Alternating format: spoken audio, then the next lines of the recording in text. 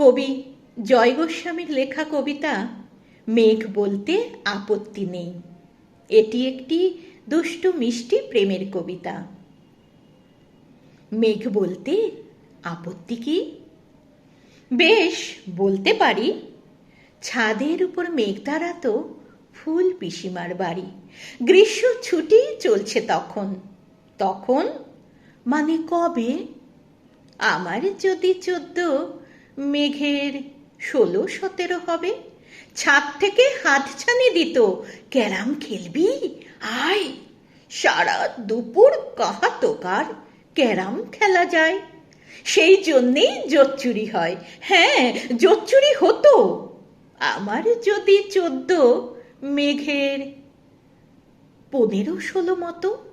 ঘুরিয়ে দিতে জানতো খেলা শক্ত ঘুটি পেলে। জায়গা মতো সরিয়ে নিত আঙুল দিয়ে ঠেলে। শুধু আঙুল, বোর্ডের উপর লম্বা ফ্রকের ঝুল ঝপাং ফেলে ঘটিয়ে দিত ঘুটির দিক ভুল। এইখানে না ওখানে, এইটা না ওটা। ঝাঁপিয়ে পড়ে ছিনিয়ে নিত ঘুটির বাক্সটা। ঘুটিরও সেই প্রথম মরণ। প্রথম মরা মানে বুঝবে শুধু তারাই যারা ক্যারাম খেলা জানে। চলেও গেল কদিন পরে। মেঘ যেমন যায়, কাঠ ফাটা রোদ দাঁড়িয়ে পড়ল মেঘের জায়গায়। খেলা শেখাও, খেলা শেখাও, হাপিত্যেশ কাক। কলসিতে ঠোঁট ডুবিয়েছিল, জল তো পুরে খাক। খাক হওয়া সেই কলসি আবার পরের বছর জলে ভরল কেমন তোমায়? থামো, ওসব কি কেউ বলে? আত্মীয় হয়, আত্মীয় হয়, আত্মীয় না ছাই।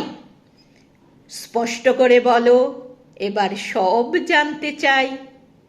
2-3 ক্লাসের বয়স বেশি। গ্রীষ্ম ছুটি হলে ঘুরেও গেছে 2-3 বছর, এই জানে সব কোলে। আজকে দগ্ধ গ্রীষ্ম আমার, তোমায় বলতে পারি।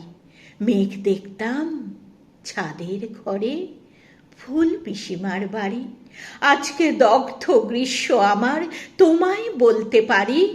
মেঘ দেখতাম ছাদের ঘরে, ফুল পিসিমার বাড়ি।